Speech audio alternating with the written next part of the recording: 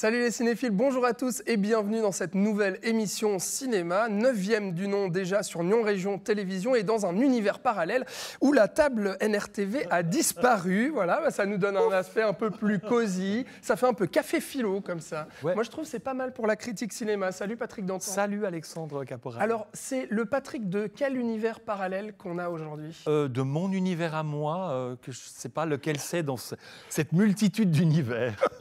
Très bien, Thibaut Ducret, salut. Salut Alex. Alors, est-ce que c'est le Thibaut un peu pointilleux ou est-ce que c'est le Thibaut bon public qu'on aura aujourd'hui? Mais c'est peut-être un peu des deux.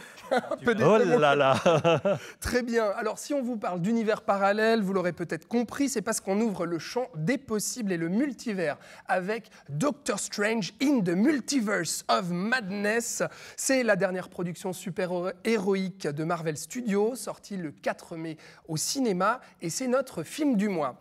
Puis c'est pas le seul dont on vous parlera, puisque dans le débat critique, on ira dans des terrains encore plus sombres et violents, au temps des Vikings avec The Northman, un récit de vengeance signé Robert Eggers, réalisateur de The Witch et The Lighthouse, avec un gros casting, vous le verrez, et c'est à voir en salle à partir du 11 mai en Suisse romande, donc on prend un petit peu d'avance. Et on terminera sur une note un peu plus légère, quoique, avec ce documentaire sur le dessinateur de presse ô combien iconique en Suisse romande, Mix et Remix, et ça c'est au cinéma depuis le 4 mai. Alors on va commencer avec nos super-héros. Je vois que tu as un super t-shirt, Patrick. Ouais. Très bien, moi aussi. Aussi. J'ai essayé de me mettre un petit peu au parfum Marvel. Visiblement. C'est vrai, mais peut-être qu'il y a un rapport, on le verra après. Alors après avoir foutu le bazar dans Spider-Man No Way Home en ouvrant les portes du multivers, Benedict Cumberbatch est de retour en Doctor Strange dans son deuxième film en solo et il va devoir stopper les actions maléfiques de Scarlet Witch. Bande-annonce. Je fais le même rêve. Et ensuite...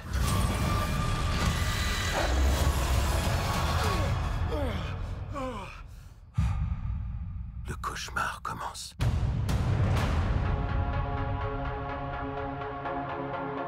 J'ai fait ce que je devais faire. Pour protéger notre monde. Tu ne peux pas tout contrôler, Strange.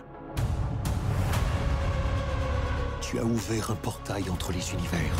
Et on ne sait pas quels êtres ou quelles choses le franchiront. Wanda, que sais-tu à propos du multivers? Vision avait une théorie. Il pensait que c'était dangereux. Il avait raison. Alors on pourrait se dire, tiens, un épisode Marvel de plus, la suite de la série à succès qui nous raconte toujours la même chose avec toujours les mêmes procédés de cinéma, mais celui-ci a un intérêt particulier, en tout cas c'est ce qu'on veut nous faire croire, c'est qu'il marque le retour derrière la caméra de Sam Raimi après 9 ans d'absence. Et Sam Raimi, eh bien, c'est quand même le réalisateur de la saga d'horreur culte Evil Dead et surtout de la première trilogie Spider-Man dans les années 2000. Alors la question qu'on se pose forcément, c'est est-ce un film de Sam Raimi ou est-ce que c'est un énième film du studio Marvel, Thibaut? Là encore, c'est un peu des deux au final. C'est vrai que moi j'étais quand même curieux de voir ce que Sam Raimi allait pouvoir faire sur ce film, parce qu'on a eu d'autres réalisateurs qui avaient une patte très marquée et qui ont essayé de monter des projets chez Marvel et qui s'y sont cassés les dents. Là, on reconnaît quand même Sam Raimi derrière la caméra. Il y a quelques effets qui rappellent un peu son style, des plans un peu débulés, on lorgne un petit peu, même un petit peu seulement, vers le cinéma d'horreur. Ça fait vraiment penser à Evil Dead, du coup. Oui. Il y a des références à la trilogie Evil Dead un peu partout. Et au cinéma fantastique que Sam Raimi a pu faire. Donc on reconnaît que c'est un film de Sam Raimi. Maintenant, ça reste quand même à des années-lumière justement de ce qu'il a pu faire sur Evil Dead, sur ses Spider-Man au début des années 2000.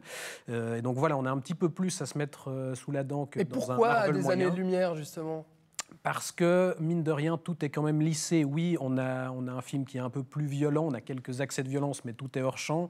Dans ce que ça raconte aussi, il y a des choses intéressantes et on voit ce qui a pu l'intéresser au niveau des enjeux émotionnels qui sont au centre du film, que je ne vais pas révéler parce qu'il y a quand même un petit mystère là-dessus. Mais autour du personnage de Scarlet Witch. De Scarlet Witch, de Doctor Strange aussi. Il y a aussi toute cette histoire d'amour contrarié avec Rachel McAdams où, vu ce qu'il a fait sur les Spider-Man, là, on peut se dire que ça a pu intéressé.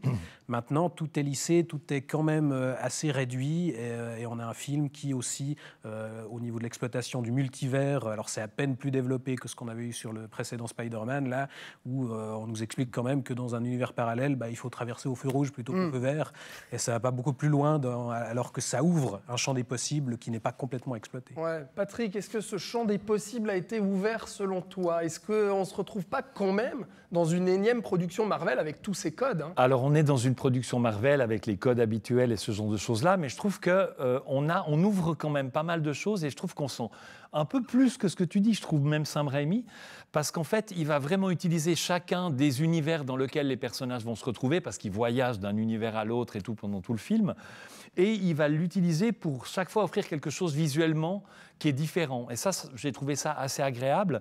Et puis, il va aussi utiliser ça pour mettre en avant son goût qu'il a pour le cinéma de genre. On a un moment, c'est un peu la maison hantée. Il y aura des espèces de monstres volants. Enfin, il y a différents personnages comme ça, assez amusants. Et des choses esthétiques qui varient d'un moment du film à l'autre. Et ça, je trouvais assez agréable à regarder et assez chouette. Ouais. Pour moi, le problème maintenant du film, plus qu'au niveau de l'esthétique et de la réalisation, qui à mon avis est quand même un peu au-dessus de ce qu'on voit habituellement chez Marvel, même au niveau de l'action, c'est lisible, au niveau du montage, ce genre de choses-là, c'est bien, c'est propre.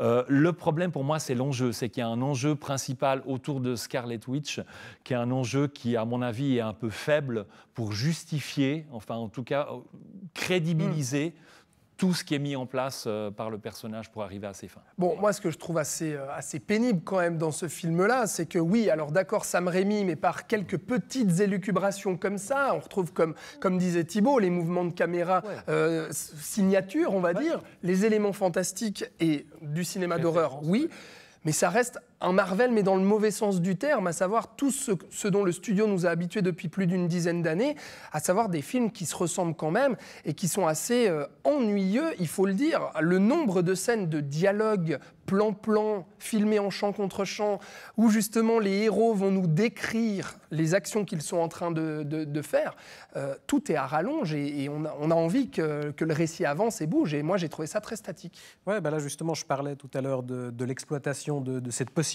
du multivers qui, normalement, ça permet d'inventer tout et n'importe quoi, de vraiment s'amuser avec ce matériau-là. Mais là, effectivement, c'est du multivers, donc c'est gentiment le troisième film où Marvel nous parle de ça, mais on doit quand même passer, comme tu le dis, par des tunnels de dialogue explicatifs qui nous expliquent que voilà, dans cet univers parallèle, les choses ne fonctionnent pas pareil que dans notre univers à nous, et on perd du temps alors que ça pourrait aller beaucoup plus loin. Et puis même dans les scènes d'action, la première scène, alors qu'on voit dans la bande-annonce avec cette espèce de monstre globuleux avec un œil, gros œil, avec un gros œil. Bon, là aussi, on est à des années-lumière de Spider-Man. Oui, ça c'est clair. Mais malgré tout, comme le dit Patrick, il y a quand même 2-3 idées. Il y a par exemple un duel de magie avec des notes de musique qui se transforment en projectiles. On se dit, on voit pas ça souvent dans un Marvel. Avec du langage cinéma, on utilise la musique. Mais vu qu'on est dans du nivellement par le bas, évidemment que dès qu'il y a un truc un peu original, ça paraît incroyable. Ouais. Mais... En fait, pour résumer, moi je dirais, personnellement, je trouve que esthétiquement, le film fonctionne, on utilise le multivers esthétiquement aussi pour aborder des genres cinématographiques différents. Il y a la SF, un moment très clair, etc. et tout. Mais où il y a un problème, c'est vraiment l'écriture. C'est-à-dire que déjà, l'enjeu principal n'est pas quelque chose d'extraordinaire. Et puis après, effectivement, ça discute, ça passe du temps à expliquer pour être sûr que tout le monde a bien compris, que tous les spectateurs comprennent bien ce qui se passe ou ce qui va se passer. Et au niveau du scénario, ça pêche un petit peu plus. Et surtout, comme tu dis, ça n'utilise pas les potentialités qu'il y aurait avec un multivers. Comme dans Spider-Man, on utilise aussi ça, dans le dernier Spider-Man, on utilise ça principalement, sans trop en révéler, mais pour là aussi faire des clins d'œil et ramener des personnages. Mais du coup, après, par contre, tu vois, je trouve qu'il l'utilise vraiment bien d'un point de vue esthétique et cinématographique, plutôt bien. Ouais, bon, même si on le sent limité avec ce cahier des charges énorme lié aux productions à gros budget Marvel, avec une série de caméos qu'il faut placer parce qu'il faut annoncer les prochains films aussi. Voilà, il y a tout ça qui prend aussi beaucoup de temps. Et puis, pour revenir encore juste sur l'aspect psychologique dont tu parlais un petit peu aussi, je trouve que les personnages, principalement le personnage de Scarlet Witch, est plutôt bien écrit. même si c'est aussi un problème. Enfin, quand vous verrez le film, vous comprendrez. Et l'actrice, je l'ai trouvée vraiment très, très bien dans le rôle. Elisabeth Olsen. Elisabeth Olsen, effectivement. vraiment très bien dans le rôle. Bon, ce Doctor Strange in the Multiverse of Madness de Sam Raimi, est-ce qu'on le conseille, Patrick ? Moi, il y a beaucoup de Marvel que j'ai envie de déconseiller d'habitude, et celui-là pas. Franchement, on passe un bon moment, et puis, ça a une certaine ampleur et tout, et c'est plutôt bien réalisé, donc on y va. Thibaut ? Je le conseillerais si vous voulez revoir du Sam Raimi, parce que ça fait quand même quasiment 10 ans qu'on ne l'avait pas vu. Son dernier film, c'était Oz, en 2012, je crois. Et du coup, voilà, c'est l'occasion de revoir un petit peu de Sam Raimi si vous êtes en manque. Très bien. Bon, voilà pour ce Doctor Strange. On va encore plus profond dans les abîmes, dans le noir et la brutalité cette fois-ci, même la sauvagerie, j'ai envie de dire, avec un pur film de Viking. Ça s'appelle The Northman. Regardez.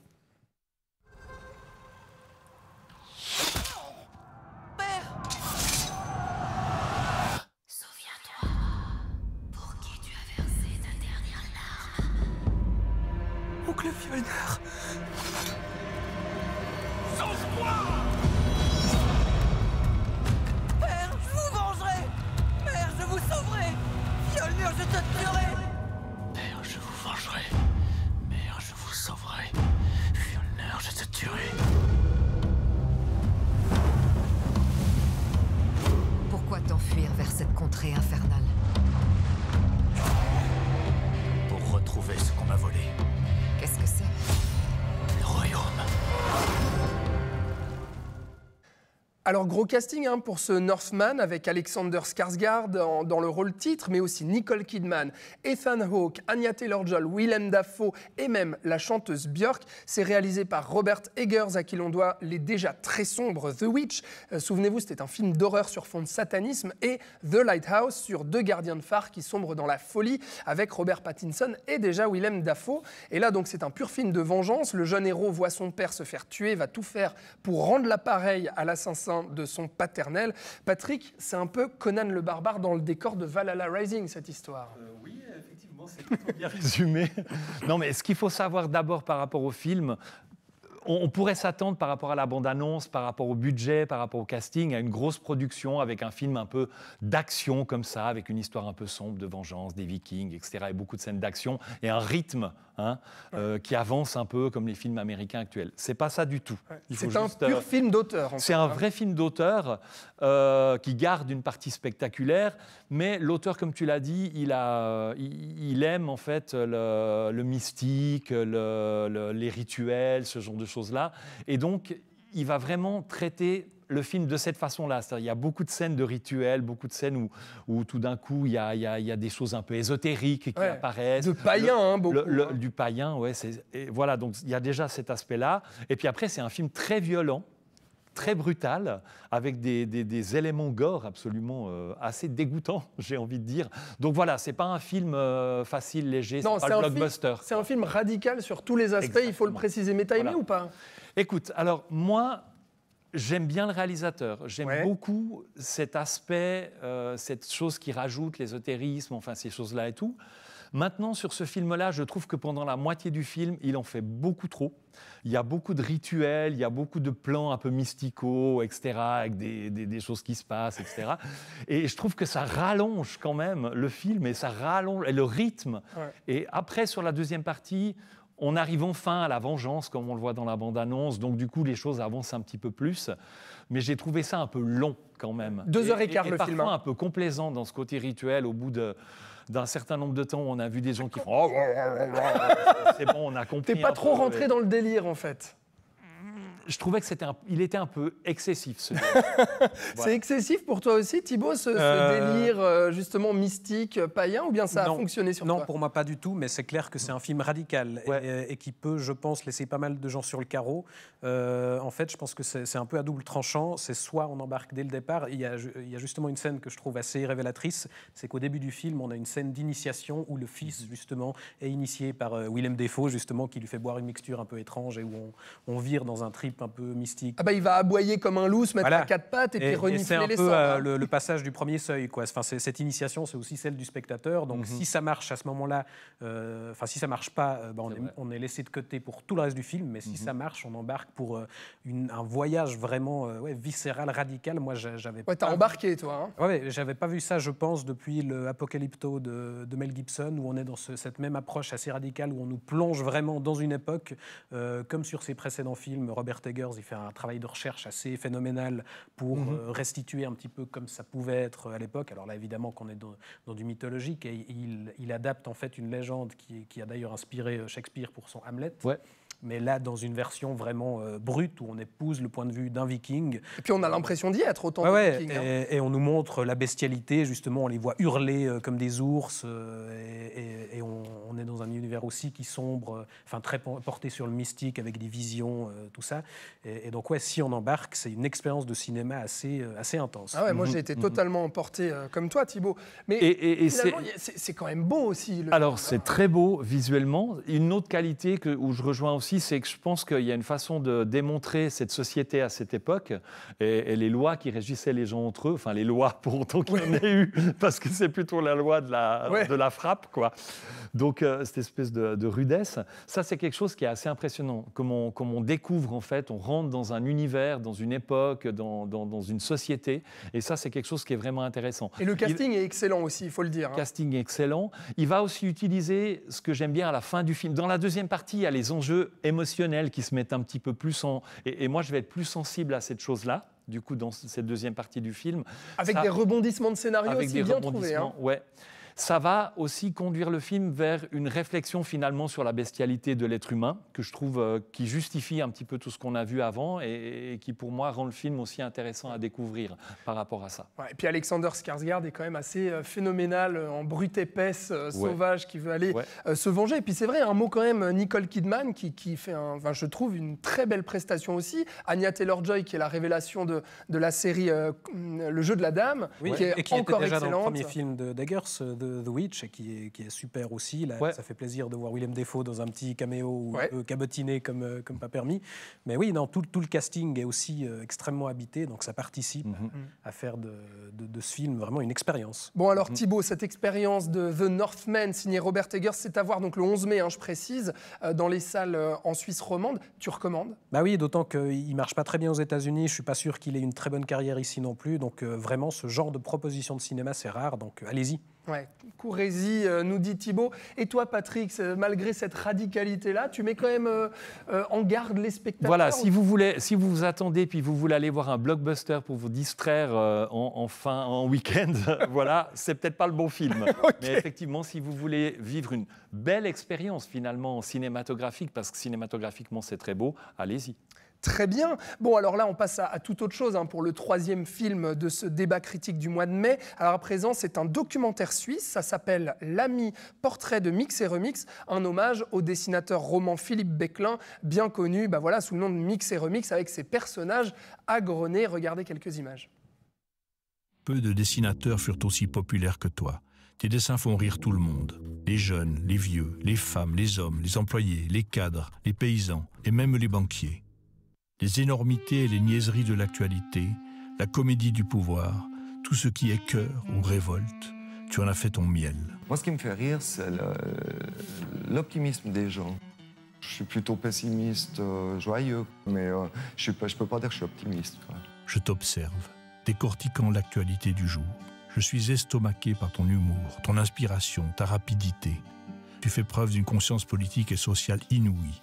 En quelques traits, quelques mots, tu résumes un événement, tu démystifies un discours. Donc décédé fin 2016 des suites d'un cancer, Philippe Becklin, appelé Mix et Remix, est quand même un dessinateur iconique du dessin de presse satirique roman. Alors c'est l'écrivain et dessinateur Frédéric Pajac, qui était aussi son éditeur et son ami, qui lui rend hommage dans ce documentaire. Qu'est-ce que ça vaut, Thibaut ? Écoute, moi j'ai été assez intéressé par ce que racontait le documentaire, parce que Frédéric Pajac est vraiment allé chercher tout un tas d'intervenants qui ont connu Philippe Beclin, ses amis, ses collègues, etc., pour dresser vraiment son portrait. Le film porte assez bien son titre. Et je trouve intéressant la façon dont il retrace un peu toute sa carrière, de ses débuts un peu punk jusqu'à ses dessins en live sur Infrarouge, en passant par sa petite carrière de gay. De gay à la cathédrale de Lausanne. Ouais. Et aussi toute cette dernière partie de sa vie où finalement il regrettait presque un petit peu de s'être laissé enfermer dans ce personnage et une fois que son style s'est un peu affirmé sur ses personnages à gros nez justement, où là dans la dernière partie de sa vie il est reparti sur autre chose et il renouait un petit peu avec les expérimentations de ses débuts et où on découvre finalement un artiste plus complexe que justement l'image qu'on en a retenue de ses dessins qui ornaient aussi les cahiers d'économie des élèves. Et on en apprend plus sur l'homme aussi. On en apprend plus sur l'homme aussi. Et ouais, il retrace vraiment une facette assez large de cette personnalité. Maintenant, je trouve pas très intéressant en termes de mise en forme. Je trouve qu'il y a assez peu de prise de risque. C'est très classique. Et justement, vu le sujet, le dessin de presse, etc., je pense qu'on aurait pu imaginer une mise en forme un peu plus originale, un peu plus expérimentale là aussi. Ouais. C'est vrai que finalement, on est face à un documentaire qui pourrait passer le samedi soir sur la RTS. C'est un petit peu la forme, justement. Moi, je pourrais reprendre tous les mots de Thibaut. En fait, là, on est hyper d'accord. C'est vrai que j'ai eu du plaisir aussi à retrouver cette époque que j'ai connue à Lausanne, etc., et tout, certains lieux que j'ai fréquentés et tout. Et puis, d'apprendre des choses, effectivement, sur sa carrière. Et puis, effectivement, cette évolution jusqu'à... qui a grandi, et ce travail qui a grandi de plus en plus, et qui l'a presque un peu mangé, d'après ce qu'il dit à un moment donné au niveau de sa vie. Il était débordé de demandes, de travail et tout. Et j'étais intéressé de découvrir le personnage comme ça.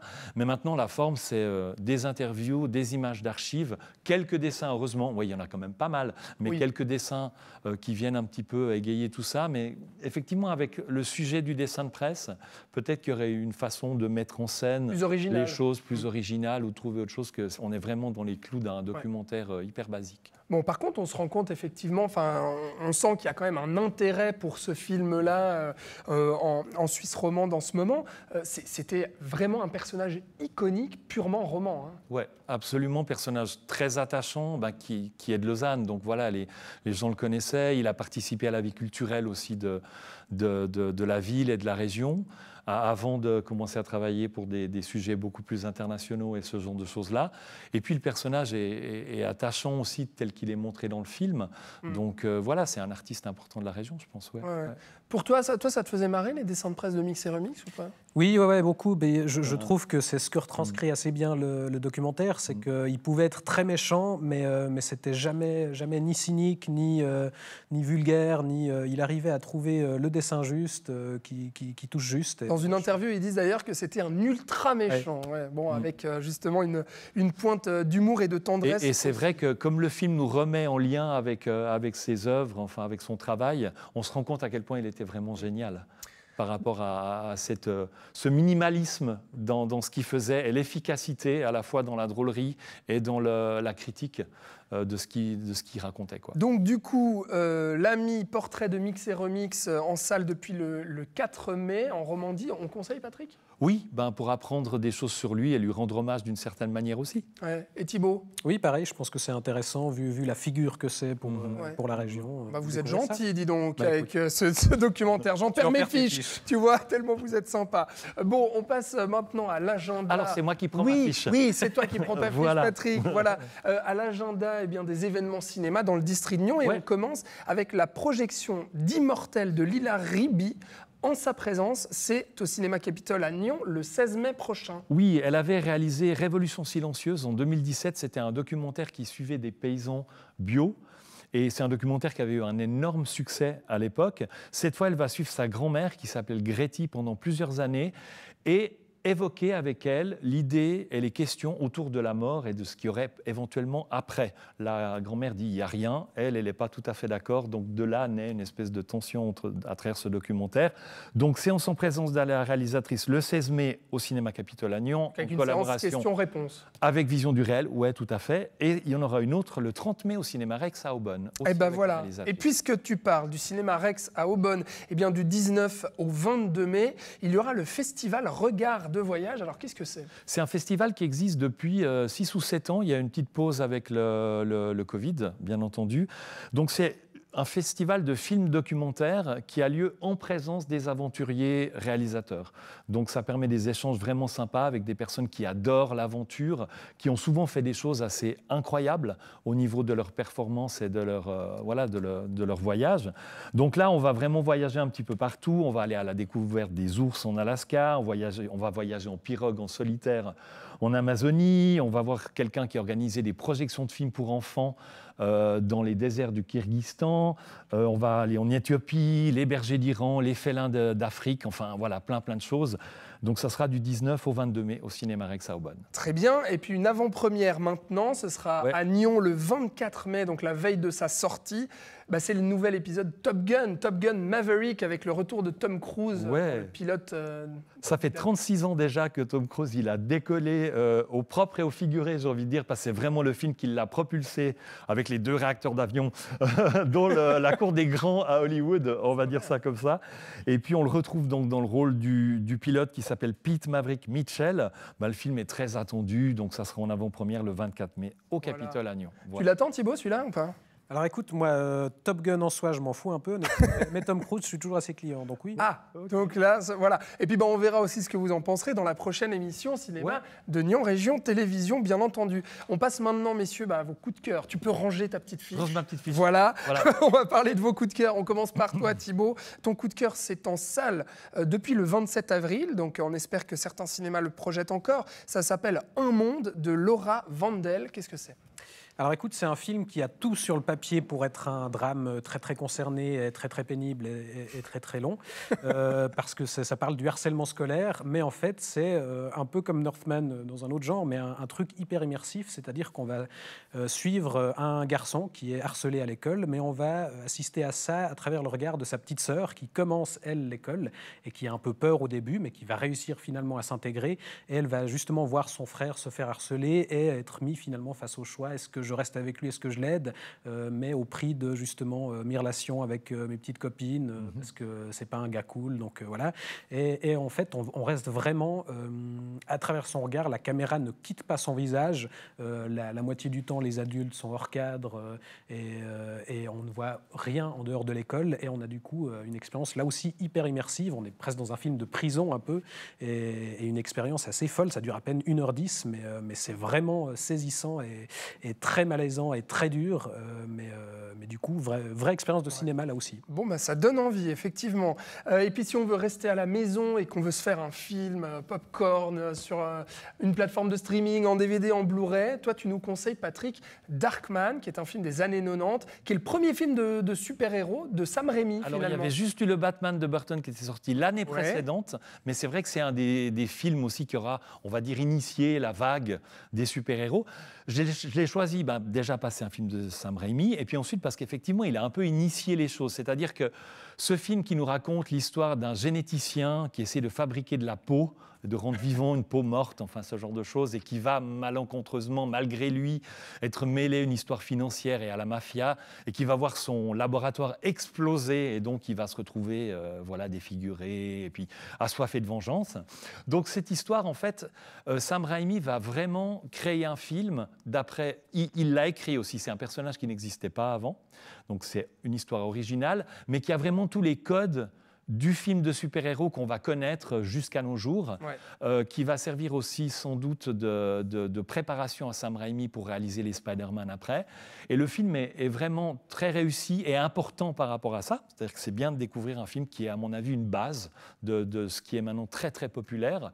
Et puis, le film est aussi très touchant. C'est-à-dire que je trouve qu'il y a Liam Neeson qui interprète le rôle principal et il donne quelque chose de très émouvant au personnage parfois, donc il y a de l'émotion aussi. Ça évoquera un petit peu le personnage de Frankenstein, un peu, si on veut un petit peu se rapprocher de choses que Sam Raimi aime beaucoup. Il y a Frances McDormand, qui est une des actrices les plus oscarisées au monde. Ouais. Donc voilà, c'est un film à découvrir. Il n'a pas eu un gros succès à l'époque non plus, donc il est grand temps de lui redonner sa place. C'est ça, voilà. Thibaut et moi, on plus soi, effectivement.